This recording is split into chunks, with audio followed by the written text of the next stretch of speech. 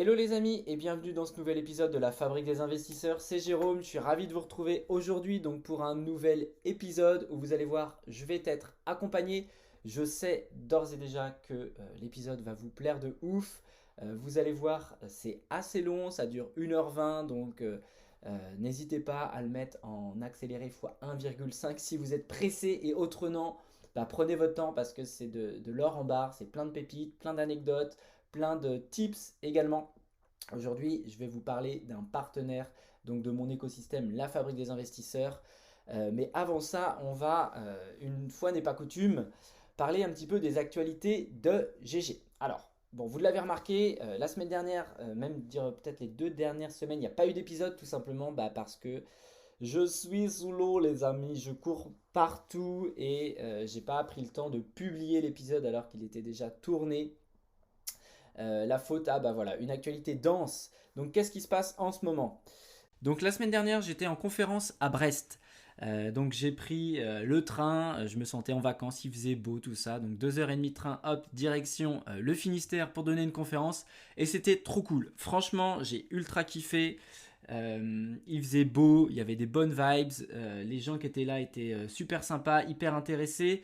Donc j'ai passé un super moment. Je redonnerai prochainement une conférence à Rennes, hein, courant mai. Voilà, pour les Rennais et les personnes qui habitent aux alentours, surveillez bien l'agenda, j'en parlerai, mais ce sera très certainement le lundi 19 mai si tout se passe bien. Donc voilà, ça c'est pour les petites conférences physiques à travers lesquelles, voilà, c'est ce que je dis, hein, je vous partage mon expérience et ma vision de l'investissement immobilier et pas que, on va dire, de l'écosystème immobilier d'une manière générale. Donc ça c'était trop cool. J'avais une vingtaine de personnes avec moi, hein, et puis on a conclu ça par un petit apéro dînatoire qui fait bien plaisir. Donc le temps, voilà, un moment d'échange, de partage sur lesquels voilà, les différents investisseurs plus ou moins avancés me posent des questions. Moi, ça me permet également de voir les problématiques. Vraiment, je suis dans le cœur de la machine, dans le vif du sujet des problématiques des uns et des autres. Et ça, franchement, je prends un plaisir monstre à chaque fois à faire ça. Donc, si jamais tu n'as pas la chance, si tu habites loin en France et si voilà, je n'ai pas la possibilité de venir te voir tout de suite, tu as de toute façon dans la barre de description un lien Calendly pour réaliser avec moi un appel stratégique, un appel de découverte, peu importe le mot. Bref, l'idée c'est qu'on prenne un temps d'échange pour voir un petit peu quelles sont tes problématiques, comment je peux t'aider. Donc n'hésite pas à réserver un petit créneau, c'est dans la barre de description. Autrement les amis, actualité marchand de biens qui continue, hein, encore et toujours, je mets pas mal de focus là-dessus. J'ai une date de signature de revente pour un projet là, qui s'est fixé. Donc il s'agit de ma troisième opération, on va dire opération numéro 3. Voilà. On revend donc fin mai, donc ça c'est très cool. Et sur la quatrième opération qui consiste à l'achat de 3 appartes, on a déjà signé 2 compromis de revente. Et le troisième vient d'être commercialisé. Donc ça va démarrer. Et j'ai lancé cette semaine une nouvelle offre d'achat pour l'acquisition d'un immeuble de 5 lots sur lequel on fera, je l'espère, une division. Donc voilà, les choses avancent très bien à ce niveau-là. Même si je vous en ai parlé également, on a revendu là il y a 3 semaines maintenant la première opération qui consistait au détachement d'un terrain et la revente de la maison, et on a eu des galères de ouf, de dernière minute sur la revente de la maison.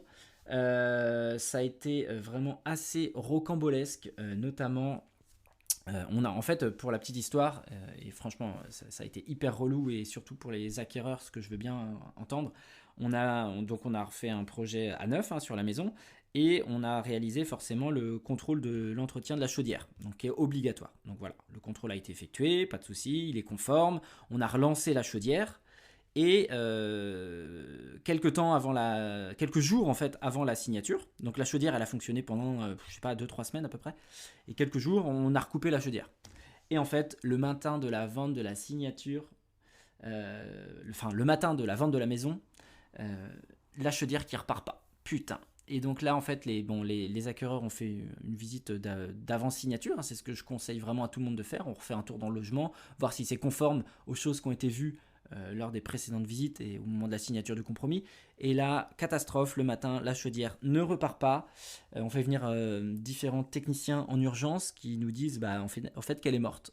Donc vraiment, la faute a pas de chance de ouf. Parce que bah voilà, 3 semaines avant, lors du contrôle, elle était repartie, il y avait zéro souci. Et là, elle a lâché en dernière minute, donc obligé de trouver une personne pour, enfin un plombier chauffagiste, hein, pour pouvoir nous en réinstaller une, simplement avec les différents délais, la commande, les emplois du temps, les plannings. Très très très compliqué à faire ça en temps et en heure. Donc bah voilà, nos acquéreurs pas contents, ce que je peux entendre, hein, je me mets également à leur place. Donc ils doivent se laver à l'eau froide, enfin ils ont dû se laver à l'eau froide pendant 2 semaines. Donc pas cool, mais malheureusement bah, je suis pas magicien, hein, donc voilà, donc différentes petites sources de stress et de tension qu'il a fallu résoudre. Donc voilà, donc ça s'arrange, mais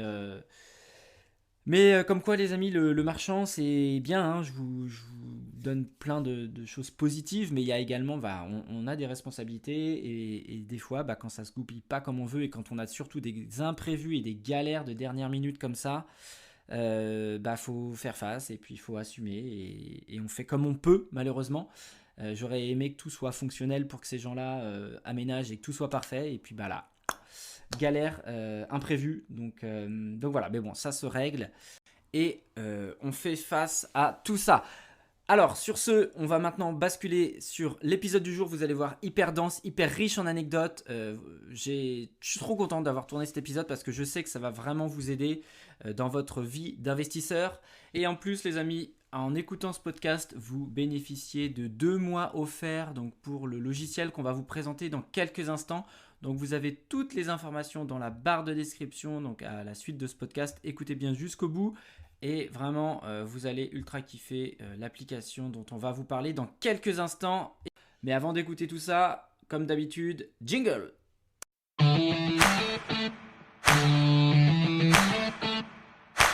Hello à tous et bienvenue dans la Fabrique des investisseurs. Je suis Jérôme Rubin, chasseur immobilier, marchand de biens et spécialiste des investissements rentables. Après une carrière d'opticien, j'ai changé ma vie grâce à l'immobilier en investissant massivement avec mon épouse puis en devenant responsable de projets locatifs. J'aide désormais les investisseurs à passer à l'action, à trouver leur pépite immobilière et à faire décoller leur patrimoine. Si vous êtes à la recherche de stratégies, d'astuces, de retours d'expérience et d'authenticité, vous êtes au bon endroit. Dans ce podcast, seul ou avec mes invités, je vous partage tout pour vous inspirer au quotidien, vous aider à atteindre tous vos objectifs et faire en sorte que l'immobilier change également votre vie. Retrouvez-moi également sur ma newsletter hebdomadaire où vous verrez les coulisses de mon activité et recevrez des conseils sur l'investissement immobilier. En bonus, lors de votre inscription, recevez mon e-book Dénicheur de pépites, un véritable guide pour trouver votre bien rentable, même si vous partez de zéro. Allez, c'est parti pour le nouvel épisode du jour. Hello les amis et bienvenue dans ce nouvel épisode de la Fabrique des investisseurs, c'est Jérôme et je suis ravi de vous retrouver aujourd'hui pour un nouvel épisode, non pas en solo comme ces dernières semaines, mais aujourd'hui j'ai la chance et le plaisir d'accueillir un invité qui va se présenter dans quelques instants. Mais avant ça, je voulais vous rappeler l'importance de réseauter les amis. Participer à des événements, participer à des soirées invest, participer à des séminaires ou tout autre, parce qu'on fait des belles rencontres et c'est justement une belle rencontre que je vais vous proposer aujourd'hui. Salut Nicolas, comment tu vas? Salut Jérôme, bah écoute, ça va très bien. Merci, merci beaucoup pour l'invitation. Je suis ravi, d'intervenir dans ton podcast. Yes, alors nous on s'est rencontrés il y a un mois et demi à peu près au séminaire MMA des Gentlemen Investisseurs. Ouais. Séminaire bah, qui était trop bien, hein. On s'est bien marré, on a bien transpiré. Tu m'as bien foutu la pâtée sur les tatamis. Donc voilà, et on en est là aujourd'hui. Euh, alors, est-ce que tu peux te présenter en quelques mots qui tu es, d'où tu viens, et on va basculer un petit peu, on va parcourir ton parcours, parce que tu es là aujourd'hui pour nous parler d'une solution pour les investisseurs qu'on va dérouler dans quelques instants, mais tu as une profession qui peut faire hérisser les poils quand on n'y connaît rien. Donc voilà, je te laisse un petit peu nous dire qui tu es. Ouais, exactement. Après ça, côté investisseur, généralement, c'est plutôt mieux perçu parce qu'on est un peu de l'autre côté de la barrière. Mais effectivement, donc moi, je suis Nicolas, j'ai 34 ans, je suis de région parisienne, pacsé, marié d'un enfin, pacsé, pardon, et papa d'un petit garçon. Aujourd'hui, donc, je suis l'un des cofondateurs de Calimo, qui est une solution de gestion locative qu'on a créée avec mon associé, Théophile, il y a maintenant un petit peu plus de 2 ans. Calimo, c'est une plateforme pour pouvoir gérer tous ces biens immobiliers quand on est propriétaire et qu'on fait de la location longue durée.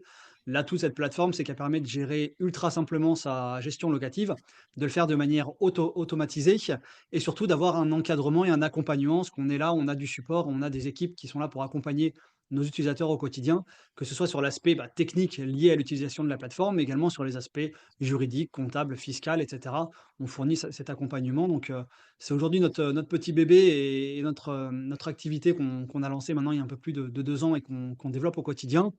Et avant de faire ça, effectivement, j'ai exercé pendant quasiment 10 ans en tant qu'huissier de justice, donc une profession qui est pour beaucoup assez mal connue, pour certains malheureusement qui ont été confrontés, je pense Ouais. notamment à ton audience qui va plutôt être du côté, investisseur, donc plutôt le client qui a fait appel à l'huissier de justice que celui qui a été confronté à l'huissier de justice. Donc souvent effectivement quand on arrive, c'est que dans la majorité des cas, il y a un litige et qu'on est dans une situation un peu compliquée.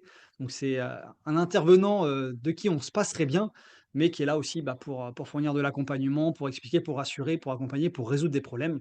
Et aujourd'hui, c'est un des maillons du long maillage judiciaire qui est indispensable dans la résolution de tous ces conflits-là, quoi. Donc j'ai exercé Mmh. pendant un peu plus de 10 ans. J'ai également été administrateur de biens, parce que les huissiers de justice peuvent exercer cette activité accessoire d'administration de biens, donc faire du syndic de copropriété, de la gestion locative.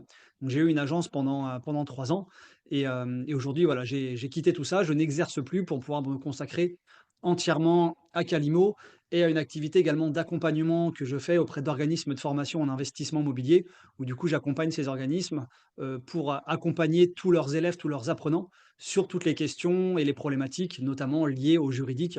Donc moi, voilà, ma spé et mon gros bagage, c'est que je suis un peu un expert, entre guillemets, de tout ce qui va être juridique, immobilier, droit de l'immobilier, urbanisme, fiscalité, etc., etc.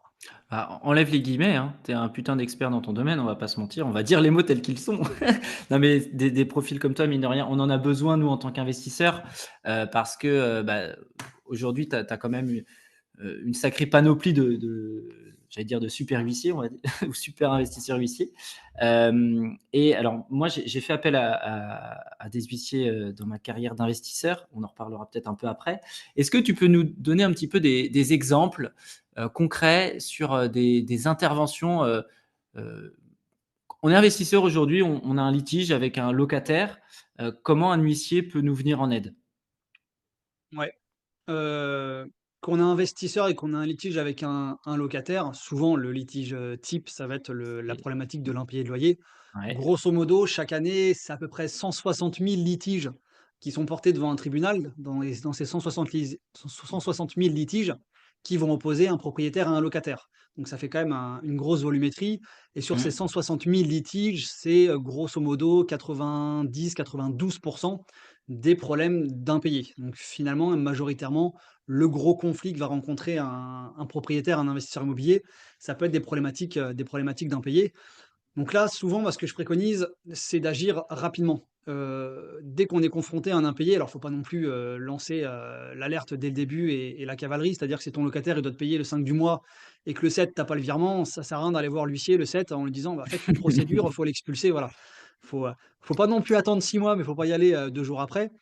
Mais dès qu'on est confronté à une situation comme ça, j'ai envie de dire, il y a toute une série de bonnes pratiques à avoir. Il y a aussi beaucoup de bon sens là-dedans. Attention, malheureusement, l'huissier de justice, c'est pas un magicien non plus, que ce soit un huissier de justice ou même un avocat, souvent, on se dit: «J'ai un problème d'impayé, je vais aller voir un professionnel du droit, huissier de justice, avocat». Mais le problème, c'est qu'on n'a pas de baguette magique et que c'est pas parce que le locataire, paye pas, qu'il va recevoir un courrier d'huissier ou d'avocat, qu'il va se mettre à payer. Des fois, ça arrive, Faut mettre un coup de ça va pression. ça va faire un Ouais. petit peu peur, mais Mmh. mais voilà, on n'est pas magicien, donc il y a plein de bonnes pratiques et de bon sens à avoir et dès qu'on est confronté à un retard de loyer, à un impayé de loyer, la première chose à faire, c'est d'essayer de prendre attache avec son locataire et ça, le nombre de fois où je vois qu'il y a des gens qui sont confrontés à cette situation et finalement, ils essayent pas de prendre attache avec le locataire. Le pourquoi du comment, peut-être que le locataire, il a eu une problématique, de santé, peut-être qu'il a été hospitalisé, peut-être qu'il a perdu son job, peut-être qu'il a eu un accident de voiture, peut-être que enfin, il y a plein Il de y a plein de choses qui raisons. peuvent Mmh. expliquer, voilà, le retard ou l'impayé de loyer et le fait de prendre attache avec son locataire, bah, ça permet de tout de suite renouer le dialogue, trouver une solution. «Bah, ouais, monsieur le locataire, vous ne m'avez pas payé le mois dernier, Ah oui, oui, pardon, j'ai eu une galère, ma voiture elle est tombée en panne ou j'ai été licencié ou j'ai pas été payé parce que mon employeur il devait me payer, mais la boîte elle a été mise en liquidation judiciaire» et cetera et cetera. Il peut y avoir des fois des causes qui soient extérieures au locataire et qu'il ait pas voulu. Et dans ce cas-là, bah, va falloir trouver une solution et peut-être que le paiement, il va pouvoir Un être terrain échelonné d'entente, ouais. en plusieurs fois.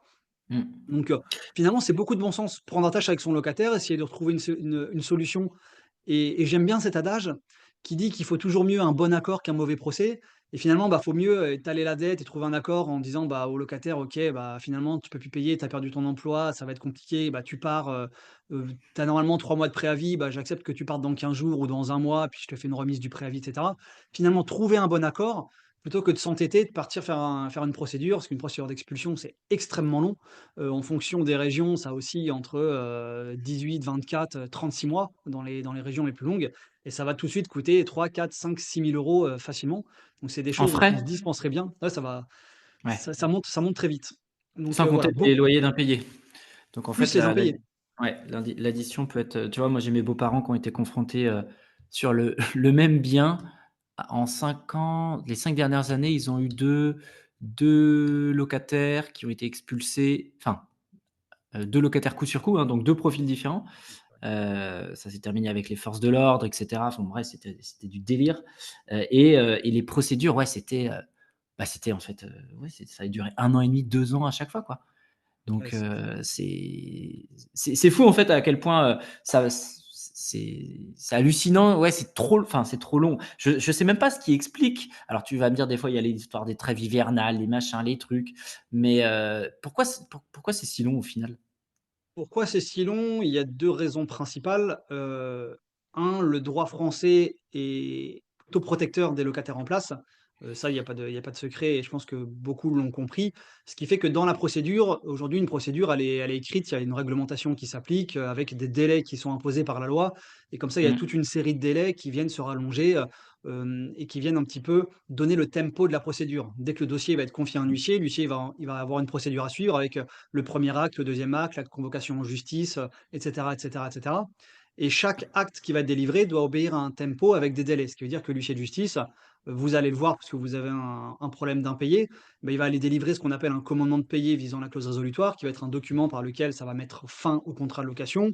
La loi prévoit qu'une fois que ce document il a été remis, le locataire il a 2 mois pour payer. S'il ne le fait pas, on passe à l'étape d'après. Une fois l'étape d'après, le locataire il a 1 mois pour faire telle action. S'il ne le fait pas, on passe à l'étape d'après. Et en fait, comme ça, Ouais, on a plein de petits délais qui viennent se cumuler les uns aux autres. On a également la problématique de la trêve hivernale qui rend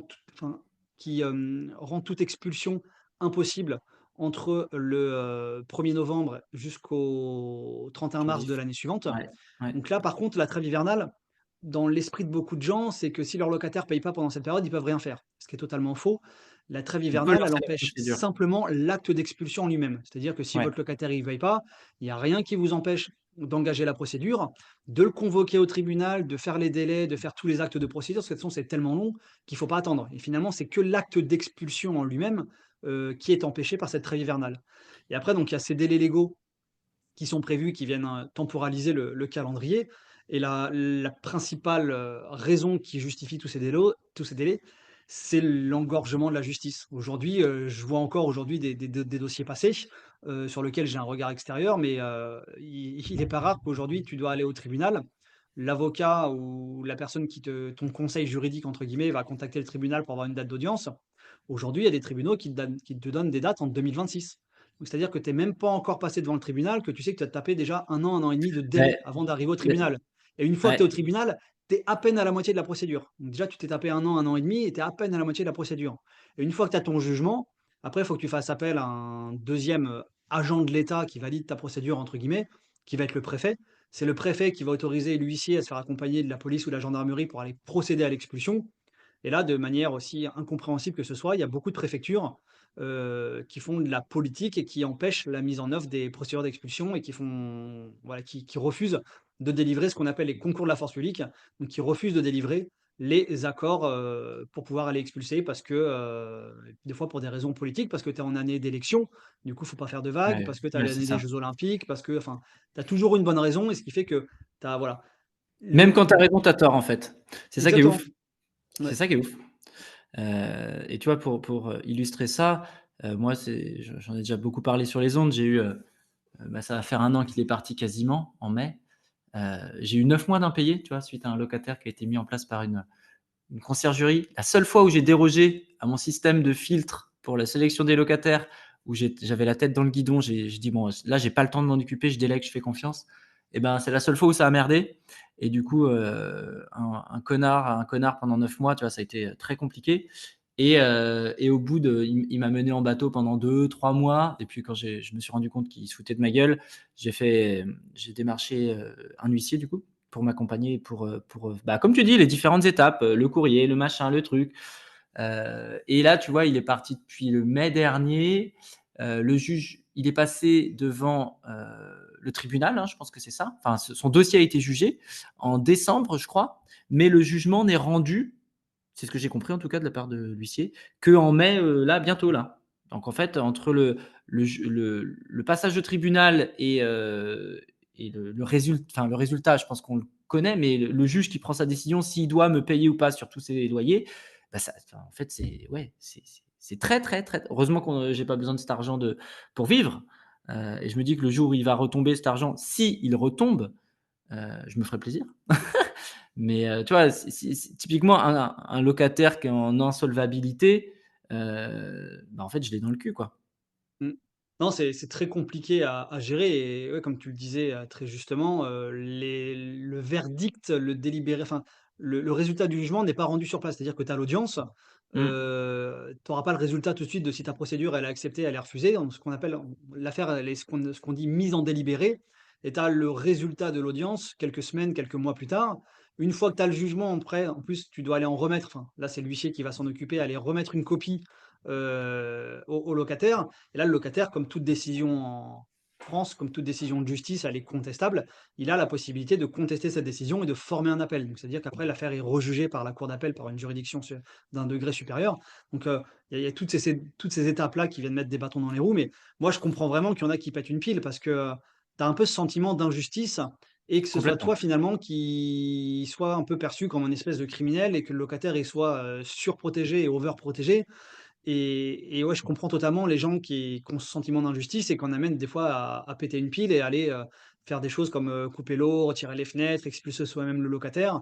Parce que, heu, parce que c'est compliqué quand tu passes tous les jours. J'ai des gens qui ont littéralement pété un plomb et qui sont tombés en dépression, problèmes de santé, divorce, perte d'emploi et cetera.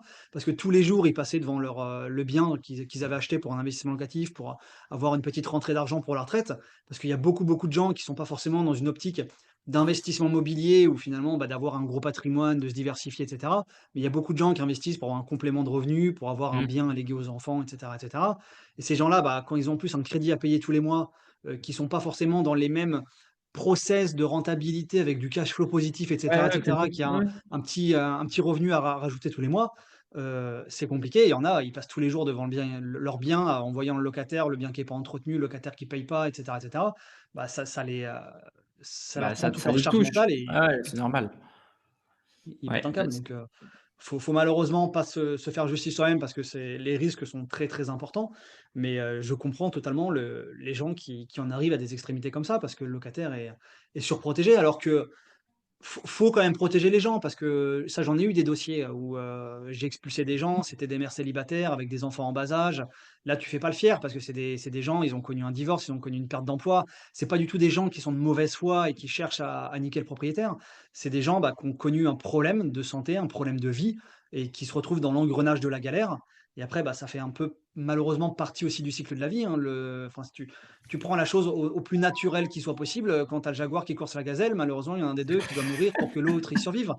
Donc la nature est parfois injuste et cruelle et ouais, c'est compliqué. Ouais, Il y mais a donc faut quand même qu'il y ait de la protection pour protéger tous ces gens-là qui ont eu des problèmes, mais c'est pas forcément aux propriétaires d'en pâtir et de les non, assumer. c'est On ce que a quand j'ai même des impôts, on a des services sociaux en France, on a une structure c'est ce que étatique qui j'allais est te normalement dire. plutôt bien développée. Mais le problème, c'est que ça repose sur le propriétaire Le et particulier? Ouais. voilà, alors qu'il y a plein de solutions qui existent. Peut-être pas non plus tomber dans un système un peu extrémiste comme les États-Unis où finalement l'expulsion elle est prononcée en 1 semaine. Tu passes au tribunal, le locataire il a 1 semaine pour partir sinon, c'est les meubles qui sont dehors sur le trottoir. Là, c'est peut-être un petit peu extrémiste, mais il y a des systèmes où tu as un juste milieu qui est plutôt bien fait. Tu prends par exemple le cas de la Belgique, tu as une trêve hivernale qui existe, mais qui n'est applicable qu'aux bailleurs sociaux. C'est-à-dire que toi, en tant que bailleur privé, tu n'es pas impacté par la trêve hivernale. Ça s'applique qu'aux bailleurs sociaux, parce que bailleurs sociaux, bah, c'est leur rôle de faire du social. Et donc, du coup, Mmh. bah, là, les locataires sont plus protégés parce que, également, bah, qui dit bailleur social, dit Du locataire dans profit une plus de grande ouais. précarité, etc., etc. Mais en fait, c'est un espèce d'engrenage, un espèce de tout. C'est pareil, hein, aujourd'hui, un locataire qui va avoir un problème et qui va prendre les devants, hein. Un locataire qui va perdre son travail et qui va se retrouver au chômage, il va se dire, OK, bah, ce logement, je peux pas rester dedans, il est trop cher pour moi. Je vais faire une demande de logement social.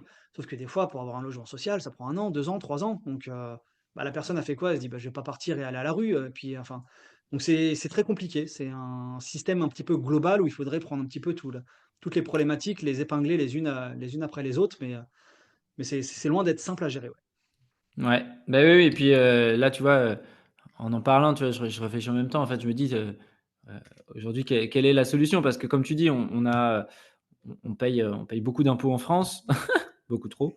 Hem, pourquoi il y a pas des choses de mise en place dans des cas de figure comme ça où, en fait, un propriétaire particulier qui est mis à mal par un locataire, pourquoi il y a pas, je dis n'importe quoi, hein, subvention de l'État, aide de l'État dans ces cas-là? Pourquoi il y a pas des programmes pour reloger les personnes, un peu comme des logements sociaux, mais vraiment pour des personnes en situation de difficulté financière passagère, tu vois?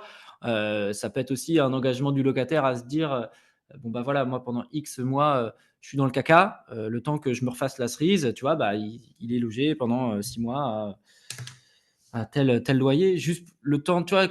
J'allais dire comme un foyer de réinsertion, de jeunes qui va mal, bah, de la même façon, ce serait un tremplin pour aider ces gens à se reconstruire doucement, à récupérer financièrement, mais sans que le propriétaire en pâtisse. Parce qu'en vrai, moi, si j'avais eu qu'un seul lot, si ça avait été mon unique et principal lot, heu, avec un coût comme ça, mais en fait, Ouais, tu dégoûté, tu passes à autre tu chose, hein. dégoûté, tu dégoûté. Donc heureusement que c'était noyé dans la masse, mais toujours est-il que le sentiment d'injustice et d'être pris pour un putain de con, c'est horrible. Et surtout que dans 90 les gens, ils sont plus ou moins insolvables, alors parce que soit c'est Ah lui, c'était de des la mauvaise foi. ouais, soit c'est des gens de mauvaise Il foi, savait, cas il sociaux savait ce volontaires et qu'il faisait. cetera. Et dans 90 des cas, ton ardoise de loyer, tu la retrouveras jamais. Donc quand Ouais. bien même tu as une jolie décision de justice qui va condamner le locataire à te rembourser les 12 000 € de loyer qu'il te doit, plus, des remboursements de frais de justice, plus des indemnités, plus des machins, tu te retrouves avec un joli bout de papier qui te dit que le locataire te doit 20 000 €. Dans 90 des cas, il te les payera jamais parce qu'il aura jamais cette somme-là et parce que les procédures sont compliquées par la suite et tu aucun fonds d'indemnisation, tu as rien donc si tu avais pas prévu un petit peu ceinture et bretelles à l'entrée, tu avais pas Mmh. pesé ton risque en prenant des garants personnes physiques, une garantie loyer impayé, une garantie Visale ou que tu avais pas un petit peu verrouillé le dossier du locataire, bah, ça peut être Ah même, compliqué. même la garante physique, hein. Moi, j'avais une garante physique, mais elle est pas plus solvable que le fist. Donc en Ouais. fait, tu vois, c'est donc bref, mauvaise expérience heureusement passée et forte d'enrichissement, je ne déléguerai plus mon choix de locataire. Voilà. Ouais, ça c'est et ça c'est un Donc aspect qu'on a dans le développement de Calimo, c'est quelque chose qu'on a vraiment voulu, mettre reprendre en avant, et ouais. on a tout un module de candidature. Parce que déjà gérer les candidatures, c'est quelque chose qui est assez pénible. Donc en fait, tu peux envoyer un lien au candidat et ça va l'inviter à déposer ses pièces justificatives sur Calimo avec son état civil, ses documents d'identité et cetera, renseigner son garant. Et ça te permet déjà d'un côté pratique, ce qui est plutôt utile, de centraliser toutes tes candidatures au même endroit. Donc comme ça, ça te permet d'avoir tous les profils au même endroit, plutôt que de courir dans ta boîte mail avec 150 emails qui se baladent. Et en plus, on a créé enfin c'est pas un espèce, on a créé pardon un petit algorithme qui vient de conférer un indice de solvabilité, un indice de confiance au dossier du locataire, en prenant en compte son type de travail, s'il est en CDD, en CDI, en intérim, fonctionnaire, le montant de ses revenus, l'ancienneté sur le poste, le type de garantie qu'il va venir te proposer. Si c'est des garants physiques, ça va venir également analyser le montant des revenus du garant physique, la situation du garant physique, etc., etc. Ça te donne un indice de confiance et ça vient comme ça t'aider un petit peu dans le choix du locataire, ce qui t'évite à faire un mauvais choix. Sachant que ça, c'est quelque chose que je répète souvent, c'est qu'aujourd'hui, il y a 20 ans, quand tu mettais un bien sur le marché, tu pouvais te dire: «Ah, j'ai peur de pas louer, je vais prendre le premier venu». Aujourd'hui, il y a une tension locative qui Ouais, est tellement ouais. énorme et que tu sois dans le fin fond du centre de la France ou en plein milieu de Paris, un bien qui a un bien Qualitatif. immobilier au bon prix, bien, Mmh. rénové et cetera, ça se loue extrêmement facilement et tu as énormément de demandes. Donc finalement, aujourd'hui, celui qui est en position de force, c'est pas le C'est le locataire qui propriétaire. va pouvoir dire: «Ah bah, de toute façon, si je prends pas votre logement, vous n'arriverez pas à Mmh. le louer». C'est plutôt le propriétaire qui a le choix des locataires qu'il va pouvoir prendre. Donc il peut être exigeant sur les dossiers. Tout à Donc ça, il fait, faut ouais. vraiment pas se précipiter et prendre le temps de bien analyser le dossier, de bien regarder les pièces justificatives qui sont transmises, de bien analyser la situation, la solvabilité, de se dire faut pas se dire: «Ah bah, c'est bon, j'ai 2 garants, je suis tranquille». Bah non, si les 2 garants, ils sont RSA, ça sert strictement à rien. Donc bien Mmh. prendre le temps d'analyser le dossier, de regarder et il y a comme ça toute une série de bonnes pratiques qui permettent effectivement de limiter, le risque, même si le risque zéro n'existe pas, de limiter un peu ce risque-là et de faire un petit peu le bon casting. Parce que ça, c'est un peu le nerf de la guerre, hein. Souvent que c'est un le choix du locataire et la mise en location, c'est la dernière étape du process de l'investissement locatif et avant d'arriver là, tu en as chié Ouais, un peu quand même parce que ouais, c'est ce que j'allais dire. tu as été visiter 1 bien, 2 biens, 10 biens, 36 biens. Tu as fait des propositions, tu as négocié, tu en as qui sont pas passés, tu en as qui sont passés. Oh, c'est bon, tu as une offre qui est acceptée, tu as été voir la banque. Un refus, 2 refus, 3 refus, tu as fait 10 banques, tu as ton prêt, tu vas chez le notaire, tu fais tes travaux. Tu as déjà Il échappé y a à du toutes les retard. problématiques, et là, si tu arrives là et que tu fais le mauvais choix de locataire et que tu te retrouves avec un impayé, finalement, tu gâches tout ton travail. Donc c'est Mmh. souvent un petit peu la dernière étape. On est pressé de mettre en location parce que c'est le truc, on se traîne sur les bras depuis 6 mois, 1 an et demi. On est pressé de mettre un locataire, mais il faut pas se précipiter. Faut mieux, si on a un doute, comme je dis toujours et quand il y a un doute, il y a pas de doute. Non, Si c'est le clair. locataire, pour une raison X ou Y, tu le sens pas, bah, c'est pas grave, tu en prends un autre et il faut pas se précipiter parce que sinon, ça peut avoir des conséquences assez compliquées et du coup, tout le travail que tu as fait en amont, bah, il tombe à l'eau, quoi. Mmh. Non, non, mais je te rejoins tout à fait et après on va basculer ah si, tu nous raconteras quand même une ou 2 petites anecdotes en tant qu'huissier, mais tu vois, bon, tout le système de pondération, des locataires, via votre, algorithme dans Calimo. Bon, moi je le fais, solo avec ma méthode de filtre et cetera, donc toi, ça permet de gagner du temps. Mais le plus important pour moi, une fois que ton filtre il est fait, grosso modo, moi je retire, 3 dossiers, on va dire. Et ensuite, c'est coup de téléphone, première impression téléphonique et ensuite c'est prise de rendez-vous, physique sur place quand le feeling téléphonique est bon. Donc en fait, déjà, tu es crème à mort, mais le plus important, c'est l'humain. Si vous sentez pas la personne, si ouais, comme tu dis, quand il y a un doute, il y a pas de doute. Donc fiez-vous à votre intuition. Voilà, c'est vraiment ce que je voulais dire. L'intuition, en fait, elle vous trompera jamais. S'il y a un petit truc qui cloche dans son discours, dans son attitude, je sais pas, bah, c'est que c'est pas le bon, c'est pas grave, tant pis pour lui, j'ai envie de dire et vous prendrez quelqu'un d'autre, quoi. Ouais, exactement et ça, moi, je te rejoins totalement là-dessus et moi, pareil, parce que je suis aussi investisseur. J'ai pas forcément dit quand je me suis présenté, mais je suis également et avant tout investisseur immobilier, donc je fais bien évidemment de l'investissement locatif. Heu, la solvabilité, c'est bien, mais ça fait pas tout. C'est-à-dire que le locataire qui gagne 3 000 € par mois, bah, c'est très bien, mais c'est pas parce qu'il gagne 3 000 € par mois que je vais le prendre. Je pourrais très bien prendre un locataire qui gagne 2 200 ou 2 300 € par mois pour le même bien, parce que finalement, il y a pour moi un autre critère qui est tout aussi important que la solvabilité, qui va être le savoir-être, le savoir-vivre. Le Exactement, locataire qui arrive avec 20 minutes de retard et qui te prévient pas et qui s'excuse pas en arrivant, pour moi, c'est niet. je suis Tu beau d'accord. gagner 3 000, 5 000, 10 000 € par mois, tu auras pas mon logement parce qu'il y a pas la confiance. Je préfère quelqu'un tu es en retard, c'est pas grave, tu préviens, ça peut arriver une galère sur la route, un bus qui est en retard, enfin, mais tu vois, c'est le savoir-vivre et le savoir-être, pour moi, c'est tout aussi important que la Mmh. solvabilité. C'est pas l'un ou l'autre, pour moi, c'est les 2. Je prendrais pas quelqu'un qui est sympa et qui est au RSA et parce que j'ai envie de faire du social, mais je prendrais pas non plus quelqu'un qui gagne très bien sa vie, mais qui a l'air d'être un vrai con parce qu'il gagne bien sa vie et que du coup, Ils ça va être sont des tout permis, problématiques, ouais. au quotidien. Donc, pour moi, Mmh. c'est vraiment les 2 qui doivent aller de pair. On est plutôt d'accord. Avant de passer, exclusivement sur Calimo, est-ce que tu as des petites pépites d'anecdotes en tant qu'huissier?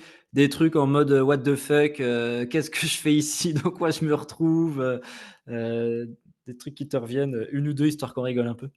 Ouais, bah, enfin, on intervient tellement dans des domaines différents que, des fois, on se retrouve dans des situations assez cocasses. Hem, par exemple, ça m'était arrivé d'aller faire un constat pour un de mes clients qui était propriétaire, investisseur immobilier et il voulait que je vienne constater que la porte d'entrée de son immeuble avait été fracturée.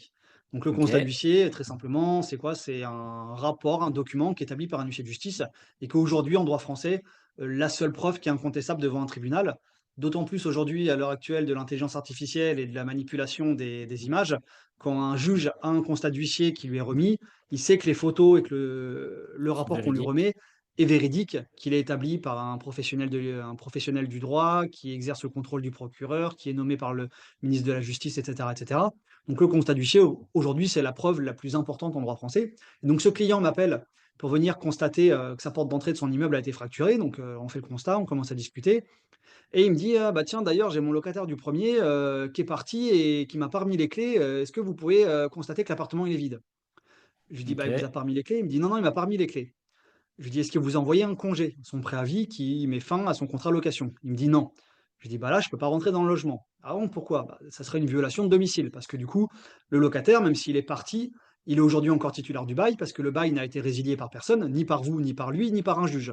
Donc il est toujours Mmh. titulaire du bail, il doit toujours vous payer les loyers et c'est chez lui, vous avez pas le droit de rentrer, sinon c'est de la violation de domicile». Il me dit: «Ah bah, dans ce cas-là, qu'est-ce qu'on peut faire?» Je lui dis: «Bah là, on peut faire une procédure de logement abandonné. Il y a une procédure en droit français qui existe, qui est un peu plus rapide que l'expulsion». Il me dit: «Ah bah, très bien, on va faire ça. Ça prend combien de temps?» Je lui dis: «Bah, c'est un peu plus rapide que l'expulsion, ça va prendre entre 6 et 12 mois», donc ce qui est quand même relativement long. Donc c'est toujours plus rapide qu'une Fausse expulsion. bonne nouvelle. OK. Ouais, et il me dit: «Mais est-ce que vous pouvez vous en charger?» Je dis: «Alors moi déjà je pourrais pas m'en charger parce que pour des raisons de compétences territoriales, j'étais pas compétent pour engager une procédure judiciaire sur ce département, mais j'étais compétent pour faire un constat parce que c'est pas les mêmes règles de compétences, mais je vais pas forcément rentrer dans le sujet». Et c'est là qu'il me dit: «Bah, le locataire, il a en plus il a déménagé, il est au bout de la rue, il vit chez un pote à lui, machin». Je dis: «Votre locataire, il est là-bas, là?» Il me dit: «Ouais, ouais». Je lui dis: «Bah, attendez, venez, on y va». Donc du coup, il me dit: «Ah bon, mais vous êtes sûr?» Je lui dis: «Oui, on y va». Je lui dis: «Montrez-moi où il habite». Donc on descend de l'immeuble, on va chez, le pote qui hébergeait son ancien locataire. Je toque, le locataire qui ouvre, je dis: «Bonjour, vous êtes monsieur untel?» «Oui, oui, bah, regardez, je suis avec votre propriétaire». «Donc là, c'est vous qui êtes locataire à tel appartement?» «Oui, oui». Je fais: «Vous êtes parti?» Il me dit: «Oui». Je fais: «Vous avez pas remis les clés?» «Non, non». «Vous avez pas non plus donné de congé?» «Non». Je fais: «Vous voulez y retourner?» «Ah non, non, moi je suis parti, machin». «OK, bah, prenez un papier, prenez un crayon». Je sous-signais: «Monsieur untel déclare, rendre le logement ce jour au propriétaire». J'ai récupéré le papier, j'ai donné à mon propriétaire. Je lui dis: «Bah, voilà, vous venez de gagner, 12 mois de procédure et 2 000 € de frais de justice et voilà, vous Et pouvez vous avez le droit récupérer de me votre payer un logement, kebab. vous pouvez aller changer la serrure et le remettre en location». Donc, OK. des fois, il faut Ouais. savoir un petit peu contourner le truc. Ouais. Après, j'ai eu des situations, les plus enfin, des plus extravagantes les unes que les autres. Quand tu arrives chez les gens, tu rentres dans leur intimité, la plus totale. J'ai vu des syndromes de Diogène, en veux-tu, en voilà. Syndrome de Diogène, pour ceux qui connaissent pas, c'est les gens qui accumulent tout Ah, et on je a suis 2 la types semaine de syndrome de dernière, Diogène. putain, On j'étais dans un truc comme ça la semaine dernière. Ouais, Ouais. et on a ce qu'on appelle les Diogènes propres, où c'est des gens qui vont accumuler tout et n'importe quoi, des cartons, des journaux, des boîtes, de tout. Et j'ai vu des logements, je suis rentré dans des logements où littéralement, mais vraiment littéralement du mur au plafond, c'était rempli et dans tout le logement, tu avais un espèce de couloir qui Ouais, était comme ouais, ça ouais, ouais. disponible de, C'est un labyrinthe. 60 centimètres de large pour pouvoir passer d'une pièce à l'autre. Donc ça, j'en ai vu, ou dans les appartements, tu avais, je sais pas, des centaines de claviers, enfin, tu avais de tout. Tu te demandais même comment c'était arrivé là. Et tu as aussi les diogènes sales. Diogènes sales, c'est les gens qui accumulent les déchets. Donc là, c'est pareil, j'ai eu des logements où tu avais des sacs poubelles sur toute la surface du logement jusqu'à 1 mètre de haut. Et les gens vivent dedans, littéralement. Tu as le canapé qui est épargné. J'ai vu des trucs, la cuisine, enfin, ça ressemblait même plus à une cuisine, je pouvais même plus rentrer dedans. Et les gens vivent là-dedans, avec des cafards, avec des araignées qui grouillent de partout, enfin des trucs, Ouais, faut vraiment le dégueulasse. voir pour le croire et les gens vivent dedans, des fois avec des animaux, des fois avec des enfants, donc là, ça fait quand même, extrêmement mal au cœur et ces gens-là, bah, quand tu les mets dehors, tu as quand même un petit peu l'impression de leur rendre service parce que, voilà, tu leur dis que qu'ils vont quand même Nouveau retrouver un départ. truc un peu mieux. Mais malheureusement, c'est des gens, enfin, il leur faudrait une prise en charge médicale et psychologique parce que tu les remets dans un nouveau logement, tu peux être sûr que 6 mois après, c'est dans le même état, Ouais, quoi. c'est pareil. Ouais. Donc du Diogène, j'en ai vu en veux-tu, en voilà. Ça m'est aussi malheureusement déjà arrivé, de tomber sur un cadavre lors d'une procédure. OK. Propriétaire qui nous confie un dossier pour cette fameuse procédure de logement abandonné. Plus de nouvelles de son locataire et ça arrive fréquemment, hein, que le locataire parte sans remettre les clés et sans donner son préavis. Donc là, c'était un propriétaire bailleur social, qui nous contacte, bah, voilà, monsieur madame untel, elle est partie sans remettre les clés, engager une procédure de logement abandonné.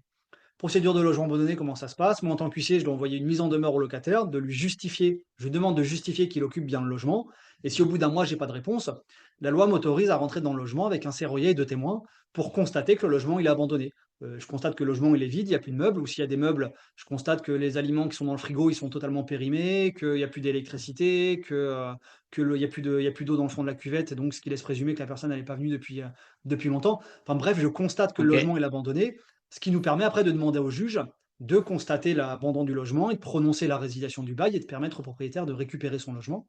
Donc là, typiquement, c'était dans ce cas-là qu'on se trouvait. Donc on arrive dans l'immeuble, 1er étage, 2e étage, je sais plus exactement. Je dis à mon serrurier: «Bah, oui, c'est là». Du coup, on toque, ça répond pas. Je dis à mon serrurier: «Bah, vas-y, tu peux ouvrir». Donc comme d'habitude, on était avec mes témoins, donc on discutait sur le palier et tout, on se doutait de rien. Et là, on rentre dans le logement et toi, tout de Une suite, une odeur. odeur, Mmh, mmh, mmh. je suis habitué à rentrer chez des gens chez qui ça pue, parce que syndrome de Diogène, parce que, problème d'hygiène, parce que machin. Mais cette odeur, tu vois, je suis pas rentré et j'ai vomi partout, mais cette odeur, elle est vraiment très particulière et c'était moi la Mmh. première fois que j'étais confronté à un cadavre et tout de suite je me suis dit: «OK, ça c'est pas une odeur habituelle, c'est pas la puanteur habituelle de chez les gens, c'est vraiment, quelque chose qui est particulier». Du coup, on commence à faire le tour des pièces, «Bonjour, huissier de justice, il y a quelqu'un?» et cetera, personne ne répond et là on arrive dans la chambre et la personne qui était au sol, complètement noircie, parce que finalement le cadavre ça faisait à peu près 6 mois qu'il était là. Oh Donc, putain! complètement noirci, desséché, donc il y avait même plus de fluide corporel, il y avait enfin toutes les mouches étaient mortes, parce que le cadavre était là depuis tellement longtemps et finalement voilà, bah, en allumant la lumière, on a constaté que le logement n'était pas abandonné, qu'il était occupé, mais par une personne qui était décédée. Donc après, bah, on a fini par appeler la police qui a débarqué et voilà, mais c'est des situations auxquelles on s'attend pas forcément et qui sont assez Ouais. compliquées, parce que là, tu es quand même un peu confronté à la misère humaine de ce qu'il y a La de solitude pire. des gens? Ouais, de la solitude des gens Mmh. et en plus pour ce cas-là, en particulier, ce qui est encore plus surprenant, c'est qu'on s'est dit que c'est une personne seule. Elle était pas si c'était une femme qui avait une soixantaine d'années, je crois, donc qui était pas spécialement âgée et on s'est dit: «Bah, c'est une personne seule, complètement isolée», donc c'est quand même un peu malheureux et et finalement non, elle avait 3 enfants et voilà, qui s'étaient pas du tout souciés de ce De leur qu'était devenue mère. leur mère, parce que pour laquelle ils avaient plus de nouvelles depuis 6 mois, donc après, je ne juge pas, je connaissais pas les histoires de famille ou quoi que ce soit de ce qu'il ait pu se passer dans cette famille, mais c'est quand même relativement triste d'en arriver à ce point-là et on est souvent du coup confronté à des situations cocasses, Ouais. un peu comme dans ce cas-là, donc là, même si on Oui, est un c'est peu comme dans un comme cas tu dis, extrême. tu vas tu vas dans l'intimité des gens, tu rentres chez eux et quand tu dis enfin voilà, quand on fait appel à un huissier, c'est souvent qu'il y a un problème ou un litige. Donc tu es vraiment dans le cœur, potentiellement le cœur de la misère, quoi. Ouais. Donc ouais, j'imagine que il y a des fois le soir, tu devais rentrer, à la fois, ouais, quand tu fais le bilan, en fait, quand tu enchaînes des merdes comme ça, tu te dis: «Waouh, dans quel monde est-ce que ce monde est sérieux?» comme dirait Francis Cabrel. Ouais. Puis quand tu rentres, quand tu as fait des syndromes de Diogène toute la journée, que tu rentres chez toi et que ta femme, elle te dit, «Oh, c'est vraiment le bordel, la maison, elle est sale, machin». «Non, non, t'inquiète pas, ça va. Non, t'inquiète pas, là, les trois chaussures qui traînent, c'est pas grave». Et ouais, et il y a une fois aussi pareil, quelque chose enfin qui est plutôt drôle, mais ça aurait pu très mal finir et être un peu compliqué. On avait un dossier d'expulsion contre, une dame, c'était une locataire qu'on devait expulser et ma gestionnaire de dossier, donc qui s'occupait de préparer tous les dossiers, dans mon étude, me dit, «Bah, là Nicolas, attention, ce dossier-là, ça se peut que tu rencontres pas la personne sur place, parce qu'apparemment le logement, il serait pas occupé par elle, mais par un monsieur». Donc il y aurait une espèce de sous-location un peu bizarre, donc elle me brief, je fais: «OK, bah, pas de problème». Je prépare mon dossier, j'y vais, serrurier, police, on arrive devant le logement, hop, je toque. En plus, il était relativement tôt, je crois, il devait être, 7 ou 8 heures. Je toque et là, une personne qui m'ouvre, un homme, d'origine africaine qui m'ouvre et là enfin, du coup, ma gestionnaire m'avait prévenu que ça allait être sûrement un homme d'origine africaine qui allait m'ouvrir, enfin qui était dans le logement. Donc là, moi, je toque, cette personne, enfin, un homme d'origine africaine qui m'ouvre la porte. Je dis: «Bonjour, je suis maître Thomas, huissier, je viens procéder à l'expulsion de madame machin qui est titulaire du logement». Il me dit: «Ah non, non, mais là, c'est chez moi». Donc je lui dis: «Ouais, me la fait pas à moi, on m'a briefé que le logement, il était occupé par quelqu'un d'autre». Donc je lui dis: «Non, non, mais je sais que vous occupez le logement, que vous avez aucun droit, que c'est machin». «Non, mais là, madame machin», enfin, puis tu vois, moi, je suis habitué à ce qu'on essaie de me barbouiller les Ouais, carreaux ouais, du ouais. matin au soir parce que, enfin, dans 90 des cas, quand tu arrives devant une expulsion, on ne dit pas: «Ah oui, oui, d'accord, je pars», même si Mais ça m'est déjà Validé, tu es arrivé. prête. Ouais, ouais, non, mais ça m'est arrivé, je pourrais te raconter aussi, mais du coup, la personne qui me dit: «Ah mais non, c'est pas possible, c'est chez moi» et cetera et cetera. Puis moi, avec un aplomb, Si on m'avait rien dit, que j'allais expulser une dame et que c'est un homme qui m'ouvre, j'aurais eu le doute.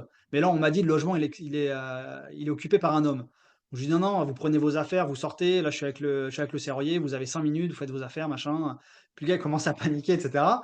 Puis je vois, il rentre dans le logement, la police, pareil, qui commence à être un petit peu virulente. Et là, le gars revient avec un document, il me dit: «Oh non, regardez, c'est bien mon logement», et puis il me fournit une espèce de quittance de loyer ou je sais pas quoi, et je vois, il y a son nom dessus. Donc là, je me dis: «C'est un Mmh. peu bizarre quand même». Donc, on poursuit les investigations, il me fournit un autre document, deuxième document, troisième document, machin, et là, je m'aperçois qu'il y a quand même anguille sous roche. Et en fait, on n'était pas à la bonne porte. On n'était Ah pas à la merde. bonne porte parce que c'était un bâtiment ultra bizarre où tu avais 2 tours qui avaient le même numéro. Donc tu avais, enfin, nous, on devait expulser l'appartement, je dis n'importe quoi, à 102 bâtiment A. Mais en fait, tu avais le bâtiment A avec la cage d'escalier, enfin, il y avait un truc avec les cages d'escalier, je sais plus exactement le pourquoi du comment, mais finalement, on était au mauvais logement. Et là, j'ai commencé à m'en rendre compte, je m'en suis rendu compte, bah, bien évidemment, au bout de quelques minutes à discuter avec la personne. Et là, bah, déjà d'une, tu te sens vraiment très con. Et Ah puis, bah, du oui, coup, tu t'excuses. Lui, tu peux être sûr qu'il a payé son loyer rubis sur l'ongle jusqu'à la fin de jusqu'à sa la fin de location. sa vie. Et finalement, bah, enfin, je me suis excusé et puis je suis reparti. On est allé dans le bon appartement et on a expulsé le bon appartement où là, après avoir ouvert, Il y a il y pas de avait il doute y avait sur la personne sur personne? place. On a ouvert, j'ai regardé les papiers, c'était bien au nom de la personne que j'allais expulser, donc c'était parfait. Et ce monsieur, je lui ai envoyé une lettre d'excuse quand même pour m'excuser le lendemain, parce qu'il a dû avoir un petit peu la peur de sa vie. Mais en plus, enfin, si le gars avait pas été là, qu'il avait été au travail, bah, on lui aurait changé la serrure, libéré le logement, il serait rentré le soir, ça lui aurait fait tout drôle, quoi. Donc là, on a failli expulser la mauvaise personne. Malheureusement, enfin heureusement, ça arrive que très, très rarement, et heureusement ça a pas été le cas, mais ça aurait pu être une situation, enfin, avec le recul, j'en rigole et c'est plutôt une anecdote qui est marrante. Ouais, c'est cocasse, Ça ouais. aurait pu être, pour lui, ça aurait pu être beaucoup moins marrant, et je pense que sur le coup, il a pas trop rigolé non plus, quoi. Ouais, j'imagine. Après, ouais, Donc les tu expulsions, ça m'est arrivé une fois que j'arrivais avec la police et le gars il me disait: «Ah oui, bah, j'ai mes valises qui sont prêtes». Il a pris ses valises, ils sont partis. donc Donc dans le ce gars, cas-là, enfin, tu te dis: «Nickel». Il mais dans ce était cas-là, pourquoi tu il pars savait. pas avant, quoi? Enfin, Ouais, les gens, ils poussent le vice, jusqu'au bout, ouais, c'est ça, tant qu'ils peuvent gratter, ils grattent et puis, bah, quand ils peuvent plus, ouais, après, j'ai vu du ils trafic vont de ils drogue, vont j'ai vu de tout, hein. Je pourrais te raconter des anecdotes comme ça pendant 2 heures. on refera un épisode, un de ces 4, spécial, Spéciale anecdote, spécial ouais, spécial anecdote, expulsion. Hem Et ben merci pour, déjà tous ces petits trucs là. Je pense que les auditeurs ont bien rigolé. Mais en tout cas, moi j'aime bien, tu vois, de connaître un peu l'envers du décor des professions, donc top. On va maintenant du coup parler, sans transition aucune, ou un peu quand même, comment dire? À ta solution pour les investisseurs. Est-ce que tu peux nous dire déjà comment a germé l'idée de construire Calimo? carrément. Calimo, moi, comme je te l'ai dit, je suis investisseur locatif. Donc, au bout d'un moment, après avoir eu plusieurs lots, je me suis dit: «Il faut que je trouve un logiciel pour gérer mes locations», parce que mon fichier Excel, c'est bien, mais j'ai envie d'automatiser les choses pour gagner du temps et me simplifier la vie. Et donc, j'ai regardé un petit peu ce qui se faisait sur le marché. J'ai essayé un outil, 2 outils, 3 outils, et ça m'allait pas parce que, dedans, tu pouvais pas faire d'état des lieux, c'était un vieux formulaire avec des croix, parce que ça gérait pas les locations commerciales, mais que les locations d'habitation, parce que le contrat location qui était édité, il y avait des erreurs, en veux-tu, en voilà. Et moi, enfin, de par mon expérience, c'était tout simplement, impossible de faire ci, enfin, de passer avec des baux qui étaient remplis d'erreurs. Donc Mmh. finalement, j'ai pas du tout trouvé chaussure à mon pied. Et je me suis dit: «Bah, cette application, il faut que je la crée». Donc j'ai commencé à me renseigner, à faire appel à des prestats, j'ai fait des devis, sauf que pour développer une application comme ça, c'était un billet de plusieurs centaines de milliers d'euros, et j'avais pas du tout cette économie-là à mettre dedans. Donc du coup, j'ai un petit peu mis le projet de côté, et en parallèle, hem mon associé aujourd'hui, Théophile, qui lui est le tech de la bande et le développeur qui a développé toute l'appli. C'est un jour sur un forum, de chez Green Bull, donc qui est un des organismes de formation en investissement immobilier pour lequel j'interviens, une tierce personne met un post sur le groupe en disant, «Tiens, moi j'avais comme idée de mettre en place, enfin de créer un logiciel de gestion locative, qu'est-ce que vous en pensez?» Et Théophile, que je connaissais pas particulièrement, mais je savais que c'était un développeur parce qu'il a créé un petit logiciel de calcul de rentabilité qui est en ligne, qui est totalement gratuit et sans inscription, qui s'appelle Simloc, SIMLOC, qui permet de calculer la rentabilité d'un bien avec la comparaison sur les différents régimes fiscaux, et cetera. Je savais qu'il avait créé ça parce que moi j'utilisais ce machin, ce simulateur. Et lui, je le vois commenter: «Ah bah, j'avais la même idée de créer un logiciel de gestion locative».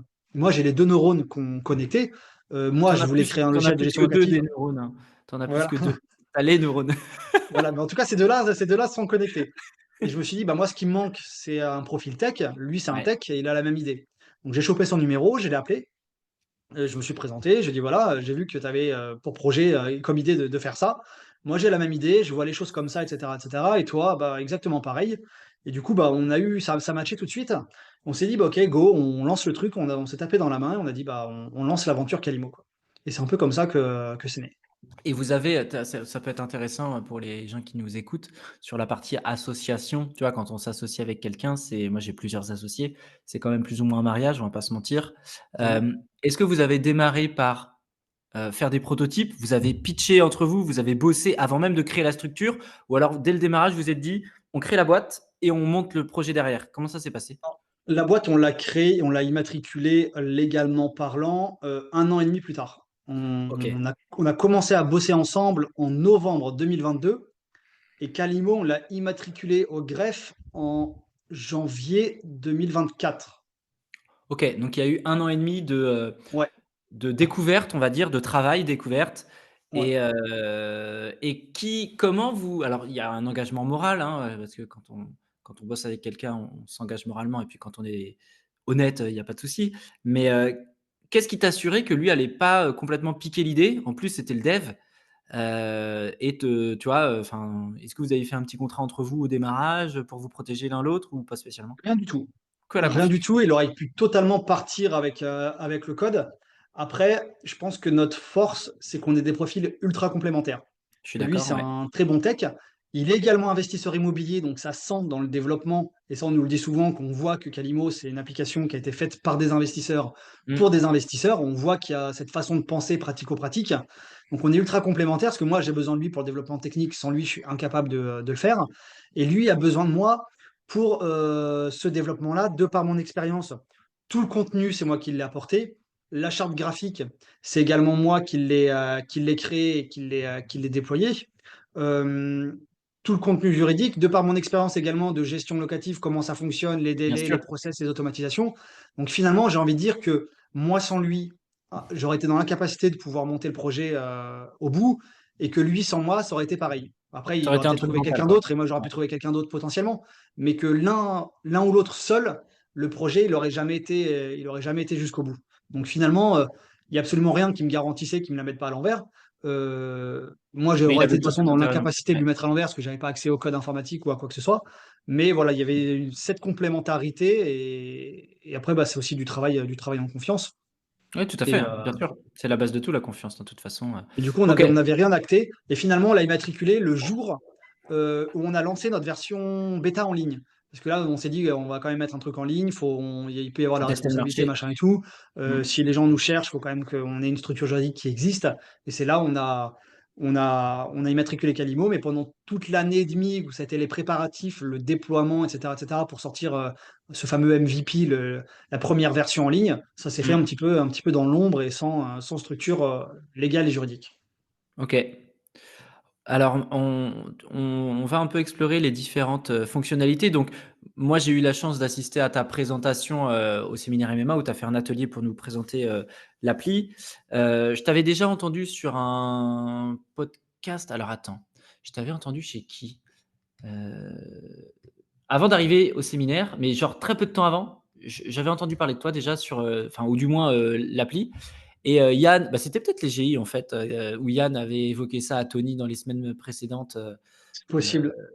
et Yann donc des Gentlemen Investisseurs a basculé, son parc là-dessus. Lui qui est, feignant plus et il nous en voudra pas de dire ça, il avait besoin, enfin, tu vois, il a reconnu la simplicité d'utilisation. Quand toi tu as fait la presse, je me suis dit: «OK, c'est incroyable», et j'ai mon associé Paul qui, bah, cette semaine, on en parlait juste avant, a basculé tous ses lots également là-dessus. Et moi quand j'ai vu ça, j'étais complètement conquis. J'ai pas pris le temps pour l'instant parce que je suis sous l'eau, les auditeurs le savent, mais ce sera fait cet été. Hem, donc est-ce que tu peux nous parler un petit peu de toutes les fonctionnalités si on reprend, le process? C'est-à-dire que tu as un investisseur, qui a 5 lots sur un immeuble de rapport, voilà, de 4 lots et un bien en copropriété. On va prendre deux cas de figure. un bien en copropriété, mais colocation 3 chambres. OK? Comment ça se passe dans les grandes lignes? Qu'est-ce qui commence par enregistrer? Et après, quelles sont les fonctionnalités qui vont découler, suite à l'immatriculation de ces biens, on va dire, dans la plateforme? Ouais, OK, carrément. Déjà, ce qu'on a voulu mettre en place avec Calimo, la première réflexion qu'on a eu à faire, c'est choisir notre cheval de bataille. Mmh. Courir après plusieurs lièvres, tu sais que tu vas en attraper aucun. Et on s'est dit: «On va se faire un focus sur la location longue durée». Donc aujourd'hui, Calimo, c'est vraiment une solution pour la location longue durée. Donc finalement, OK. tous ceux qui ont aujourd'hui un patrimoine, 100 LCD, j'aimerais vous dire de venir chez Calimo, mais ça n'a aucun intérêt particulier. Donc malheureusement, c'est notre choix. On n'est pas du tout, channel manager, on n'a pas vocation à l'être. Donc finalement, on s'oriente sur la location longue durée, mais par contre, on traite tous les pans de la location longue durée. C'est-à-dire qu'on va pouvoir traiter les cas de location d'habitation, que ce soit du bail meublé, du bail nu, tous les cas un petit peu plus atypiques, entre guillemets, avec la location étudiante, la colocation en bail individuel, en bail collectif, la colocation avec du bail de colocation étudiant, également du bail civil. On traite également tout ce qui va être location commerciale, avec du bail commercial, du bail professionnel, du bail dérogatoire. On a également des baux et on peut gérer tout ce qui va être sous-location. Moi, je suis propriétaire, je donne en location mon logement à une société qui va l'exploiter pour le mettre en sous-location. Là, c'est des contrats qui sont spéciaux. On a des modèles qui sont fournis dans la base de données de Calimo. Donc, en fait, finalement, on traite tous ces cas-là et on a voulu vraiment être le plus large possible. Ce qui était assez difficile à mettre en place parce que sur tous ces aspects-là, tu as quand même un tronc commun. Donc, ça, c'est facile. Mais par contre, après, tu as un arbre avec une multitude de branches et Mmh. de petites branches qui repartent encore dans tous les sens où finalement, bah, c'est pas les mêmes textes qui s'appliquent, c'est pas les mêmes délais, c'est pas les mêmes choses qu'on attend dans un contrat de location, c'est pas la même gestion du dépôt de garantie, etc. Donc, ça a été assez compliqué à mettre en place, mais le challenge, il est plutôt rempli. Donc, la première personne qui va se connecter sur Calimo, la première étape, elle est simple, c'est de se créer un compte. La personne se connecte, elle se crée un compte, l'inscription, elle est gratuite, c'est entièrement libre. Une fois qu'elle a créé son compte, elle va pouvoir renseigner son profil bailleur. Profil bailleur, qu'est-ce que c'est? C'est l'identité juridique avec laquelle vous détenez le bien. Si vous êtes au revenu foncier en nom propre, bah, vous pouvez créer Monsieur Paul Durand. Si jamais vous êtes en LMNP ou en indivision, vous pouvez créer un profil indivision LMNP. Si vous êtes en SCI, vous pouvez mettre un profil SCI.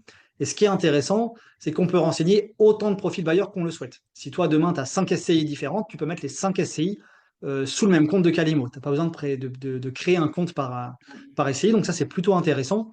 Et ce qui permet à certains de nos utilisateurs de faire une gestion un petit peu patrimoniale.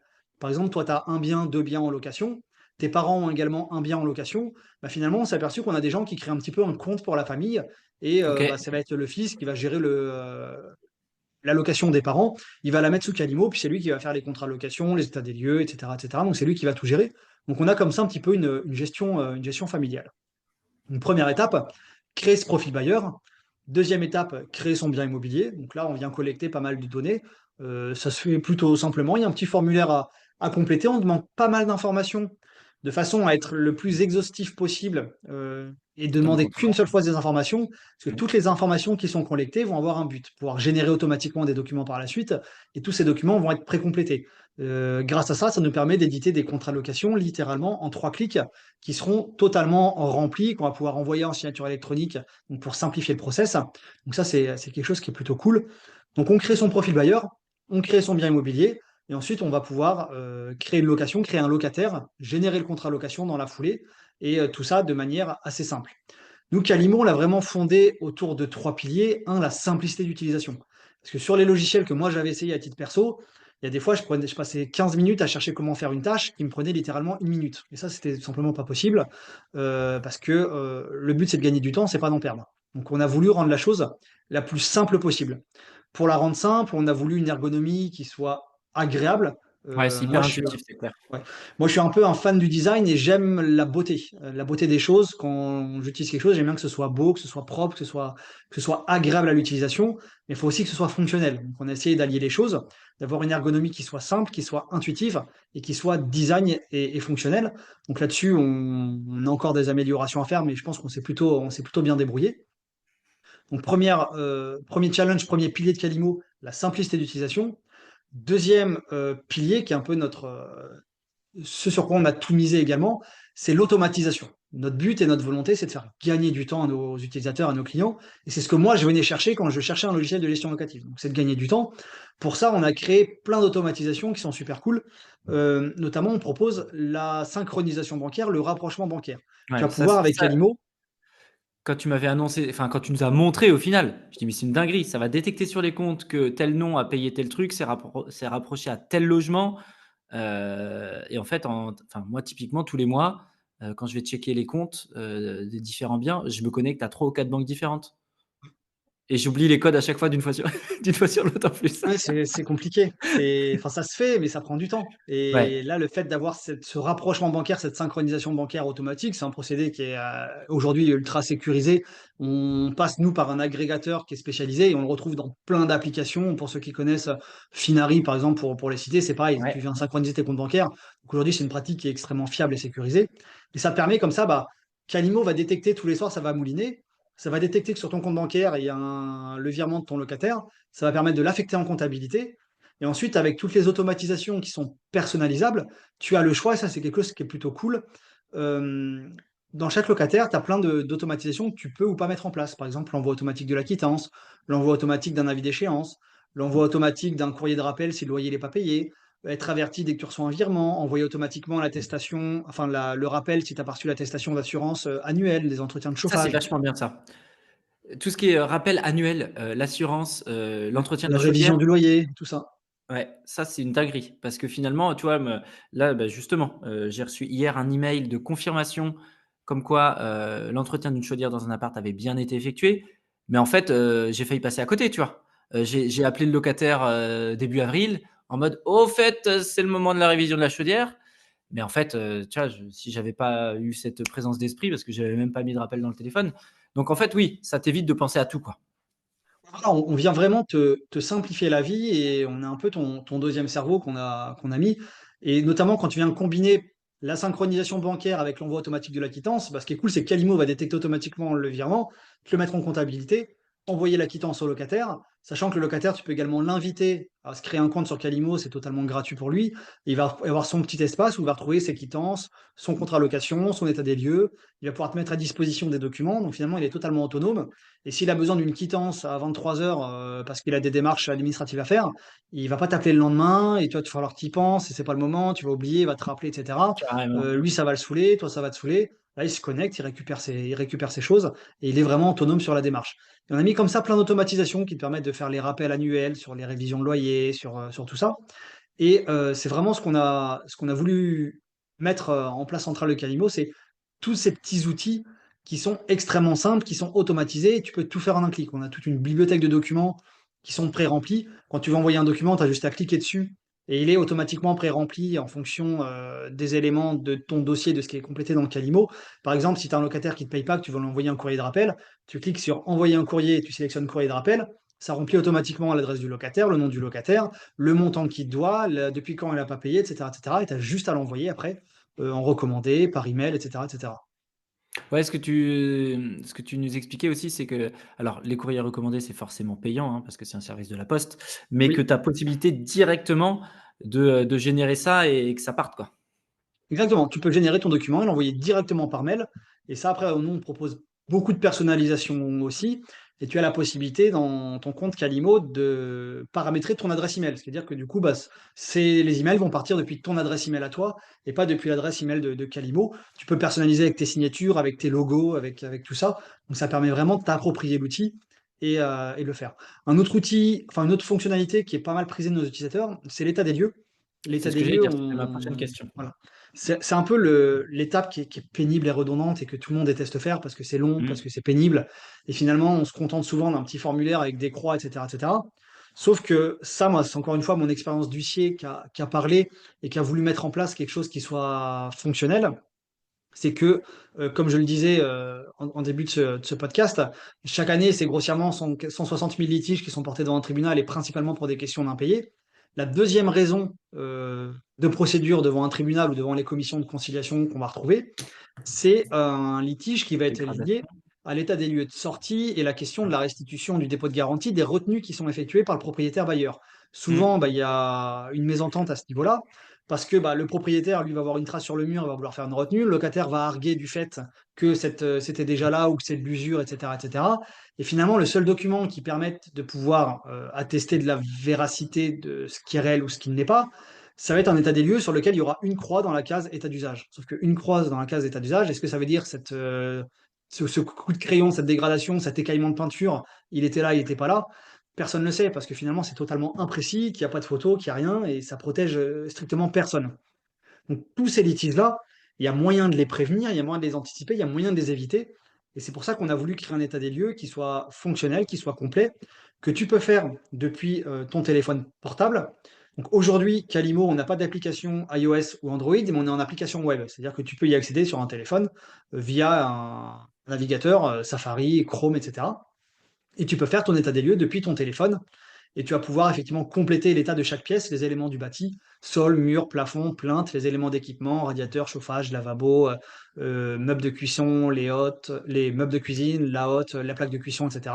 Renseigner l'état et surtout ajouter des éléments de précision sur la caractéristique de l'élément. Par exemple, quand tu vas sélectionner sol, tu pourras préciser si c'est du carrelage, du parquet, du sol PVC. Et tout ça est pré-rempli dans Calimo. Tu as juste à cliquer, parce que ça vient vraiment simplifier les choses. Et surtout, tu peux mettre des photos. Tu peux mettre plein de photos autant que tu veux. Et comme ça, à la fin, tu as un document qui est établi avec des descriptions qui sont précises et avec des photos à l'appui. Et là, ça permet d'éviter, au bout de 2 ans ou 3 ans, quand le locataire il sort, Ouais, de se dire, là, est-ce que c'était problématique, ça l'était pas. Donc déjà, ça vient prévenir les litiges et ça vient surtout te faire gagner du temps. Sachant qu'en plus, ce qui est plutôt cool, c'est que nos états des lieux, ils sont sauvegardés. C'est-à-dire que tu vas faire l'état des lieux d'entrée de ton locataire. Quand tu vas aller faire l'état des lieux de sortie 1 an, 2 ans, 3 ans plus tard, quand tu vas faire ton état des lieux de sortie sur Calimo, ça va reprendre automatiquement ton état des lieux d'entrée. Donc, du coup, c'est finalement déjà précomplété. Si le logement est exactement dans le même état, tu n'as rien à faire. Si tu as des petits changements parce qu'il y a de l'usure sur certains meubles, certains murs, tu complètes la différence. Du coup, ça sera déjà pré-rempli. Et inversement, tu vas faire l'état des lieux de sortie de ton locataire, tu vas remettre en location. Quand tu vas faire l'état des lieux d'entrée de ton futur locataire, ça va reprendre les éléments que tu avais renseignés à l'état des lieux de parce sortie. que c'est lié au logement. Ok, Exactement, parce que trop bien. chez nous, c'est à la fois attaché au logement et aux biens immobiliers. Donc finalement, cette étape un petit peu fastidieuse de la complétion de l'état des lieux, tu l'as fait qu'une seule fois, une bonne fois pour toutes. Et après, ton état des lieux, il est fait ultra simplement et facilement et à chaque fois. Donc, et c'est ça un petit peu l'ADN de Calimo, c'est que, encore une fois, on n'a pas inventé l'eau chaude dans la gestion locative, c'est vieux comme le monde. Sauf que tous ces petits outils, Ouais. faire un état des lieux, on n'a rien inventé, on n'a pas inventé l'état des lieux. L'état des lieux, ça existe depuis toujours. Mais c'est un petit peu la façon de le faire et la façon de simplifier tout ça, la façon de le sécuriser. Et dans toutes les fonctionnalités qu'on a développées, c'est vraiment ce qu'on a mis en place. De ouf. De ouf. Et c'est vrai que la partie état des lieux, là, quand tu avais montré ça, je fais, ben oui, parce qu'en fait, d'une fois sur l'autre, le si peu, moi, que j'ai pris des photos sur des états de lieux, c'est noyé dans une masse de photos, tu vois, à moins de faire un dossier sur ton téléphone, machin, mais c'est pas carré, en fait, tu vois. Et en fait, en plus, c'est ce que je dis à mes élèves, moi, dans ma démarche de professionnel de l'IMO, de chasseur IMO, enfin, de formateur, peu importe, quand on va sur un projet, on maîtrise tout, etc. Et c'est vrai que cette partie, moi, état des lieux, c'est le seul truc que jusqu'à présent, je faisais de manière artisanale.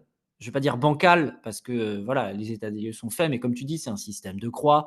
Même si tu marques rayure sur le mur, rayure sur le plan de travail, il n'y a pas de photo à l'appui. Et c'était un peu la pièce qui me manquait, moi, je trouve, dans mon puzzle d'investisseur perso.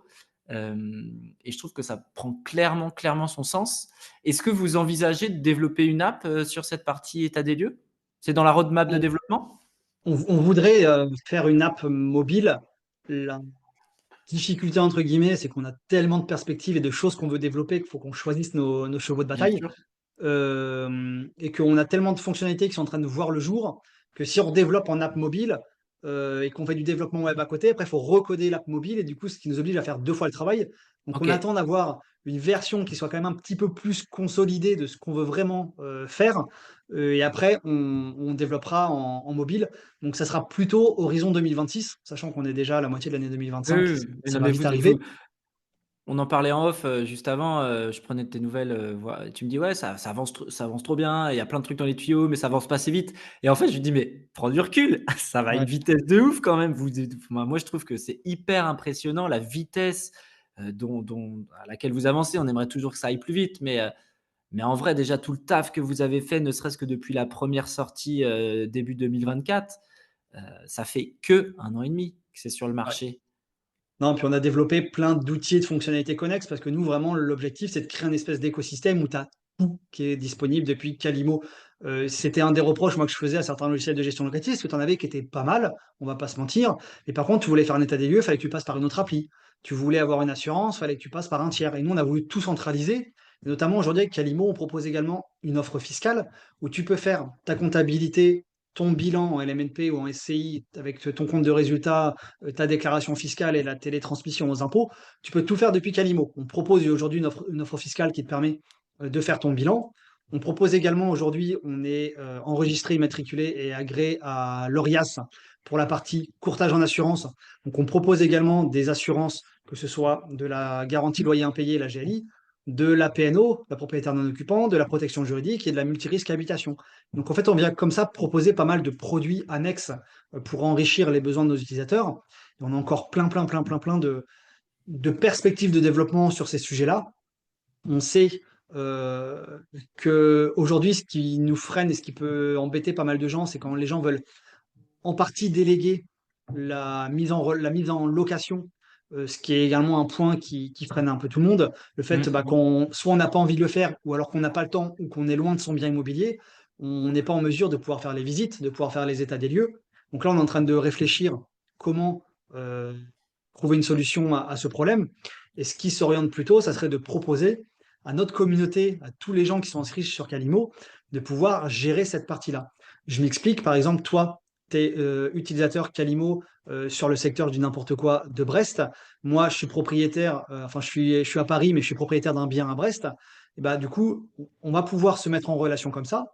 Et avec Calimo, et bah, tu vas pouvoir, toi, faire la visite et être rémunéré, je dis n'importe quoi, de 10, 20, 30 euros par visite, faire l'état des lieux et être rémunéré de 50, 60, 70, 100 euros par état des lieux. Et comme ça, proposer un espèce d'écosystème qui soit gagnant-gagnant. Moi, en tant que propriétaire, je peux déléguer cette chose-là. Et toi, en tant qu'utilisateur Calimo, bah, ça ne te dérange pas parce que tu connais la plateforme, tu aimes bien la Bien sûr. plateforme, tu as aussi le côté humain, tu vas être mis en relation avec quelqu'un qui est également un investisseur immobilier, etc., etc. Et en plus, tu vas te faire un billet parce que ça te permet d'aller faire un état des lieux. C'est dans la rue d'à côté de chez toi, tu as 2 heures de libre, hop, tu peux y aller et tu te fais un petit Tu prends billet. un billet. Donc, Ouais. ça permet comme ça de mutualiser les besoins et les demandes. Et on réfléchit comme ça bah, à la fois à ouvrir cette fonctionnalité à notre communauté, également à des réseaux extérieurs, pourquoi pas des réseaux de mandataires immobiliers, d'agences immobilières, etc., etc. Et donc réfléchir à cette partie mise en location. Parce qu'aujourd'hui, la partie gestion locative, on est plutôt bon, et même très bon, et on vient vraiment concurrencer pas mal d'acteurs. Et sur la partie location, c'est un peu ce qui pêche quand on a un client qui nous dit bah moi j'adorais passer par Calimo, mais le bien est à 200 km de chez moi, je peux pas gérer les visites et les états des lieux, comment je peux faire? Bah Et fournir, tu vois, moi, typiquement, je suis dans ce cas-là, en fait, où les biens, ils sont à 1 heure et quart, 1 heure et demie de chez moi. J'ai à chaque fois des personnes de confiance qui gèrent au quotidien, on va dire. Faire un accès délégué à cette personne ou à ces personnes, tu vois, juste pour la partie état des lieux, c'est quelque chose qui est faisable? oui. Alors aujourd'hui, il y a un petit moyen, on va dire, fonctionnel mais détourné, qui est le partage de profils. Les fameux profils bailleurs, je suis LMNP, je suis SCI, et cetera. On a la possibilité de partager un profil bailleur. C'est-à-dire que moi, par exemple, imaginons, j'ai 4 SCI, dont une SCI avec des amis et une SCI avec ma famille. J'ai mes amis qui vont me dire: «Ah bah, moi, j'aimerais bien aussi, pouvoir gérer la SCI parce qu'on est tous co-gérants, il y a pas de raison qu'il y ait que toi qui la gères». Oui, c'est très bien.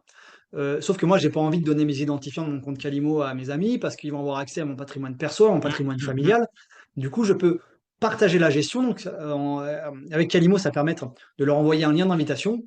Ils vont se créer un compte et ils auront accès uniquement à ce profil bailleur-là, les biens qui sont rattachés à ce profil bailleur et naturellement les locataires qui sont rattachés aux biens qui sont rattachés à ce profil bailleur. Et du coup, ça leur OK. permet de gérer conjointement ça. Donc, tu peux finalement déléguer un petit peu les états des lieux avec ce partage de profil. Et là, on est en train de développer des fonctionnalités qui vont te permettre de déléguer certaines fonctionnalités comme l'état des lieux avec Ouais. des droits d'accès, que ce soit uniquement en OK. lecture, en écriture, en lecture et écriture, de façon à ce que tu aies des personnes qui puissent uniquement aller consulter des informations, comme par exemple faire un accès à ton expert comptable pour qu'il puisse aller voir dans Calimo les informations dont il a besoin, et uniquement avec un droit de lecture, que ce soit un droit d'écriture parce que tu vas déléguer uniquement la partie d'état des lieux à une personne et elle n'aura pas la possibilité de passer des écritures comptables ou d'ajouter un locataire, etc. Et donc, on est en train de mettre en place des choses comme ça. Ouais, c'est mortel. Moi, typiquement, un truc comme ça, enfin, je trouve que ça prend clairement son sens, que, Emmanuel, par exemple, qui me gère un immeuble, elle ait accès uniquement, tu vois, à ce qu'il faut pour, faire l'état des lieux. En fait, je lui en demande pas plus. Mais Mmh. juste cette partie état des lieux, quel est son lien qui correspond à telle partie du logiciel pour faire l'état des lieux, en vrai, c'est une dinguerie. Parce qu'en plus, ce sera fait, trop bien, quoi. Donc, Ouais, totalement et ça, on sait qu'il y a du besoin et ça fait partie de notre trop cool. roadmap et de la Plus facile à dire qu'à faire, cent j'imagine? voilà et de la centaine de choses et moi ensuite qui suis pas le technophile de la bande, souvent j'ai plein d'idées comme ça et ce qui est marrant et à la fois piège, c'est que tu vois des idées, pas celle-là, celle-là, il y a rien de simple, mais des fois, tu vois, juste de rajouter un petit truc, dans mon esprit, je me dis: «C'est simple». Sauf que quand j'en parle, à mes associés, notamment Théophile qui est le développeur et en fait, on est 3 associés sur Calimo avec 2 développeurs et moi-même, ils me disent: «Non, non, sauf que là, si on modifie là, ça a une incidence là-dessus, ça va casser tel code, ça va également modifier ça, donc du coup, il faut qu'on corrige comme ça» et finalement, un truc qui peut paraître extrêmement simple d'un point de vue extérieur, bah, c'est quelque chose Ouais, qui d'assez qu'on compliqué à mettre en est place ouais. et inversement, des fois, des choses qui me disent, je leur dis, «Ah, j'ai pensé à ça, mais ça va être compliqué, machin». «Ah non, ça c'est super facile, en 2 heures, c'est fait». «Ah bah OK, cool, vas-y, on y va». OK. Non, mais c'est trop bien. En tout cas, il y a plein de je suis en train de reparcourir un petit peu, les grandes fonctionnalités, mais je pense on a pas mal enfin, on a évoqué pas mal de gros points, en tout cas les gros points forts. Heu, j'ai Ouais, juste une chose à dire, c'est, tester. Faut tester. Comme tu dis, alors dans votre formulation de tarifs, je crois que le premier bien est gratuit, si je dis pas de bêtises, et après ça devient payant quand tu as plusieurs biens. ouais, exactement. Donc le premier bien, il est totalement gratuit et après c'est extrêmement cher. Je sais pas si les gens auront les moyens de prendre un abonnement chez nous parce qu'on est, à partir de 4,90 € par mois par bien. Donc c'est beaucoup, beaucoup d'argent. Donc non, blague à part, on a voulu mettre en place des abonnements qui soient le moins cher possible. Donc on a notre première formule qui est gratuite pour l'utilisation de un bien. Ensuite, on a notre deuxième formule, 4,90 € par mois et par bien jusqu'à 6 biens et après à Mmh. partir de 7 biens, on passe en formule illimitée, donc tu 10 biens, 20 biens, 30 biens, tu un abonnement à 29,90 € par mois, donc pour moins de 30 €, tu peux gérer, tout ton parc immobilier. Bien évidemment, tout ça, c'est des honoraires de gestion qui sont déductibles des revenus fonciers, des revenus BIC et cetera, ou passés en charge en société. Hem et ça te permet de gérer comme ça ta gestion à moindre coût. Et j'ai une petite question là, moi de typiquement, je suis dans le cas là, je suis sur le comment dire? L'abonnement là, la formulation abonnement, donc moi je suis dans le profil, le rentier parce que j'ai plus de 7 biens. Est-ce que je peux enfin, est-ce que la facturation peut se faire, sur, le compte de la SCI, et que je gère en plus de tout ça des biens en LMNP et en nu classique? Mais tout ça facturé sur le compte de la SCI Ouais, parce que c'est au elle qui moment où prend le tu compte. souscris ton abonnement, c'est toi qui choisis ton adresse de facturation. Alors OK. par contre, nous, on n'a pas la parce que du coup, ça fait une facturation chez nous. Donc par exemple, si jamais tu as 2 biens avec une SCI A, 2 biens avec une SCI B, 2 biens avec une SCI C, on n'a pas la possibilité de te splitter la facture en 3. OK. Après, aller diviser une facture à 30 € en 3, c'est pas les 10 € de charge que tu vas passer sur une SCI au Oui, oui, détriment on est d'une bien autre d'accord. qui va changer quoi que ce soit. Mais Ouais, ouais. du coup, oui, effectivement, tu peux choisir ta facturation. OK. Très cool. Bah, écoute, moi j'ai fait le tour un petit peu de toutes mes questions. Est-ce que tu as des petits points que tu voudrais préciser? Non, bah, après faut, comme j'aime dire, nous essayer, c'est nous adopter donc ce sur quoi on est content, c'est qu'on n'a pas aujourd'hui beaucoup, beaucoup de visibilité parce qu'on n'a pas encore mis d'action marketing, et de communication en place, de manière importante. Donc aujourd'hui, on est à peu près à 5 000 personnes qui sont inscrites sur la plateforme, ce qui est plutôt cool et qui a fonctionné quasiment qu'avec du bouche à oreille et le peu de communication qu'on a fait. Notre plus gros utilisateur aujourd'hui, c'est 232 lots sur la plateforme, essentiellement du box de stockage, mais c'est quand même C'est une Antoine volumétrie importante. qui était avec nous au séminaire? Ouais, exactement et notre plus gros utilisateur avec des lots d'habitation, il a 106 lots et en termes de volumétrie de loyer, notre plus gros utilisateur, quand j'ai fait son intégration, j'ai un peu halluciné, c'est 600 000 € de loyer mensuel qui sont générés Oh putain! et Sur quoi? Sur des locaux pro davantage? ouais, il y a essentiellement du Ouais. commercial région parisienne et grande agglomération sur, je crois que c'est au total, une vingtaine, trentaine de lots, donc ce qui est pas énormissime en termes de volumétrie, mais en termes de loyer, Ouais, c'est des quand je gros l'ai appelé, loyers, que ouais. j'ai fait son intégration, je lui ai dit: «Là, le montant que vous m'avez mis, c'est le loyer annuel». Il me dit: «Non, non, c'est bien le loyer mensuel». Je lui dis: «Ah Putain. d'accord». Donc lui, son abonnement à 29 € est quand même plutôt rentabilisé. Donc voilà, on a vraiment de tous les types d'investisseurs. On a beaucoup de gens aussi qui nous utilisent avec la version gratuite pour un bien, et après on a des gens avec 10 biens, 20 biens, 30 biens, jusqu'à une centaine de biens d'habitation. Donc on a des gens qui n'utilisent qu'avec du commercial, d'autres qu'avec de l'habitation. Sur le montant de nos abonnements, ça j'ai pas précisé, mais en colocation, en bail individuel, une chambre égale un bien. Donc si vous avez qu'un appartement mais qu'il y a 3 chambres, du coup ça va être considéré comme 3 biens. Donc mais voilà, après, au vu du montant, honnêtement, pour se simplifier la vie, on a vraiment voulu faire un logiciel comme on aurait aimé l'avoir, faire vraiment le logiciel parfait. Donc on sait qu'on n'est pas parfait, mais c'est notre objectif et ce sur quoi on tend à chaque fois qu'on met en place quelque chose. Donc voilà, faut venir nous essayer. Il y a une période d'essai de 30 jours qui est offerte. Et en plus, on est garanti satisfait ou remboursé pendant 6 mois. Donc si jamais il y a quelqu'un, enfin si jamais vous nous utilisez que Calimo, ça ne correspond pas à vos attentes, il n'y a aucun problème. On vous rembourse le montant de votre abonnement et on se quitte bon ami. OK. J'ai une dernière question qui me vient en tête là sur la Ouais. partie, locaux, bail commercial. Tu vois? J'ai toujours entendu dire et notamment Tony, je pense DGI, qui dit quand on a un local commercial, il faut passer par un bail notarié. C'est «préférable» entre guillemets. Est-ce que dans Calimo, la façon dont a été rédigé le bail commercial, peut s'assimiler à une prestation de bail notarial ou pas? Niveau du contenu, oui, nos contrats location, on a des modèles qui sont dans Calimo, qui sont personnalisables et qui sont ultra complets et qui sont bien. Hem, donc finalement, au niveau du contenu, on va s'en rapprocher. Après, ce qui confère la force du bail notarié, c'est son caractère notarié. Son caractère OK, notarié, il est attaché du fait qu'il était fait par un notaire. OK, Pourquoi le bail notarié, il est intéressant? Parce que le bail notarié, il a grosso modo la même force qu'un jugement. C'est-à-dire que ton locataire ne te paye pas. Alors, le bail notarié, on le met souvent sur un piédestal énormissime. Moi, je suis quand même pas ultra, ultra, ultra fan du bail notarié dans certains cas. Pour du local commercial, c'est quand même plutôt recommandé de le faire, mais c'est pas un bail magique. Souvent, on dit que c'est un bail magique, mais alors ça ne l'est pas.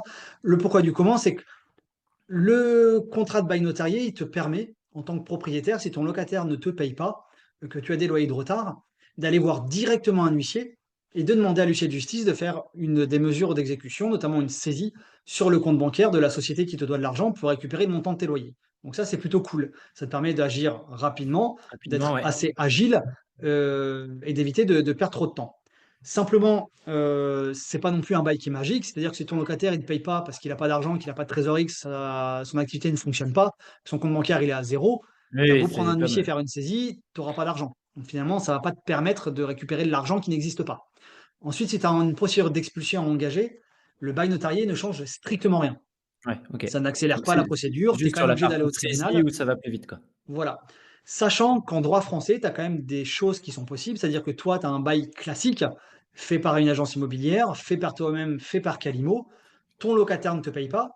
Tu as quand même la possibilité d'aller voir un huissier de justice et lui dire: «Faites-moi une saisie sur le compte bancaire», sans avoir de décision de justice. C'est possible. La seule différence et la seule subtilité, c'est que là, on appelle ça une saisie conservatoire, parce que l'huissier va pouvoir faire une saisie directement. Mais si jamais il y a de l'argent sur le compte, tant mieux, l'argent va être bloqué. Mais pour pouvoir le débloquer et l'encaisser, contrairement au bail notarié où l'argent va être bloqué, au bout d'un mois, tu vas pouvoir toi le récupérer. Là, avec la saisie conservatoire, donc avec un bail classique, l'argent va être bloqué, mais pour que l'argent soit débloqué, il faudra aller a posteriori devant le tribunal. Que le tribunal reconnaisse la dette. Une fois OK, que la dette est reconnue, l'argent est débloqué. Donc tu as quand même une OK. étape. Enfin, tu peux Comme un quand même agir. séquestre. Voilà, tu peux quand même bloquer à titre préventif, mais pour le déblocage, il faut quand Ouais, même que c'est tu aies une le décision de justice. Donc jugement. tu as quand même des OK. mécanismes qui existent pour du bail classique. Après, ce qui est intéressant en bail commercial, et je recommande quand même, en matière commerciale, pardon, je recommande quand même le bail notarié en matière commerciale.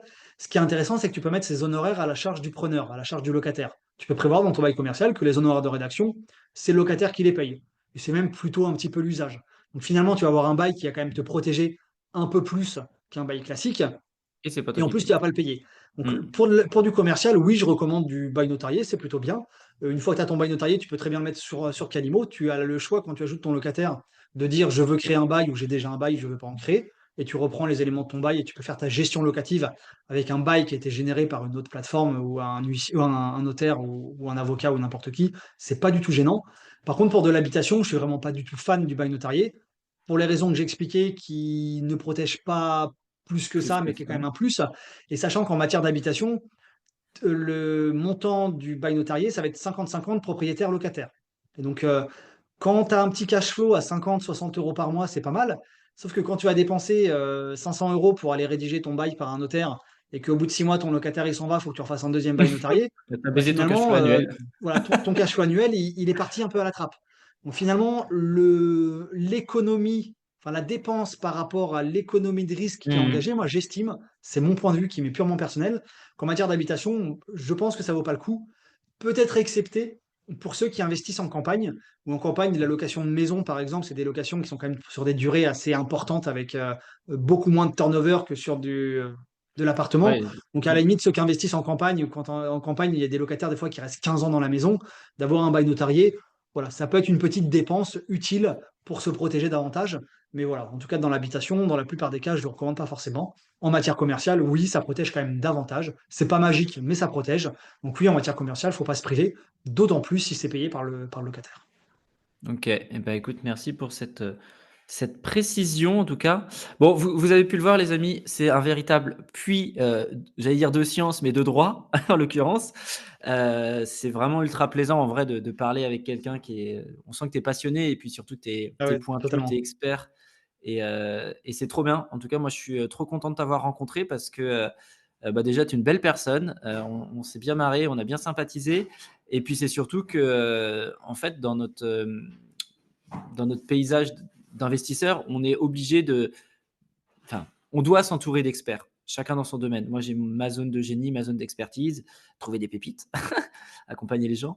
Mais par contre, tu vois, en termes de droit, j'ai des grandes lignes, mais, tu vois, enfin, je te posais des questions, moi, par rapport à une expulsion l'autre fois.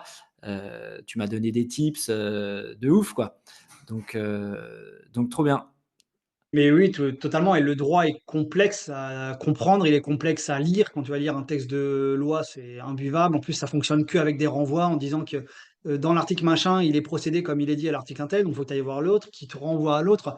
Donc tout ça, c'est assez complexe. Il y a peut-être un petit peu un côté volontaire pour garder ça dans une certaine profession et justifier les honoraires des Ouais, professionnels. Mais ce qui est surtout intéressant quand tu comprends et maîtrises le droit, c'est que tu comprends les règles du jeu et tu sais également comment les contourner. Parce que dans certains cas, comme l'anecdote que je t'ai donnée tout à l'heure avec le locataire où j'étais lui faire signer son congé sur le champ, j'aurais très bien pu dire rester dans les règles en disant à mon client, non, là, la procédure, c'est que vous devez faire telle procédure, ça va vous prendre 6 mois à 12 mois et basta, et c'est tout. Et en sachant ça, et en ayant les paramètres du fait que je savais que le locataire était à côté, qu'il était là parce qu'il travaillait pas, machin et tout, ben voilà, on a pu contourner les règles du jeu tout en restant dans la totale tout en légalité, étant hein, dans c'est les pas règles, en fait, c'est compliqué, ça. voilà. Ouais, Donc ça ouais, permet de comprendre un peu les règles du jeu, de savoir comment jouer, comment savoir un petit peu les contourner. Et c'est pour ça, comme tu le disais, la, la grande force d'un investisseur, c'est d'être un véritable chef d'orchestre et pas de connaître les lois sur le bout des exactement. doigts, de connaître Faut la savoir aller fiscalité chercher sur le bout des doigts.